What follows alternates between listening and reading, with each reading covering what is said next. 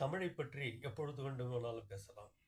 பேரறிஞர் அண்ணா வந்து அஹ், திமுக கட்சியை வந்து அரும்பாடுபட்டு வளர்த்தவர்.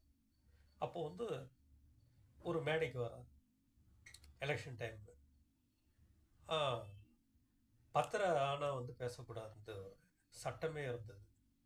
அப்போ அந்த 10:30 மணிக்கு மேலே வந்து பேசினா வந்து கைது பண்ணுவாங்க. அதனால் பேரறிஞர் அண்ணா எல்லாமே தூங்குறாங்க. சித்திரை மாதம் என்னென்ன பேச போறீங்கன்னு மேடையில் இருக்கவங்க கேட்குறாங்க. எல்லாம் தூங்குறாங்க. நாளைக்கு ஓட்டு போடணும். அதுக்கு பேரறிஞர் அண்ணா சொன்னார், மாதமோ சித்திரை, மணியோ பத்திரை, நீங்களோ நித்திரை, காலையில் சூரியனுக்கு போடுங்கள் முத்திரை முத்திரை என்று சொன்னார். அப்போ வந்து தமிழினுடைய பெருமையை எப்படியெல்லாம் பேரறிஞர் அண்ணா படித்து வைத்திருக்கிறார் என்று உணர வேண்டும்.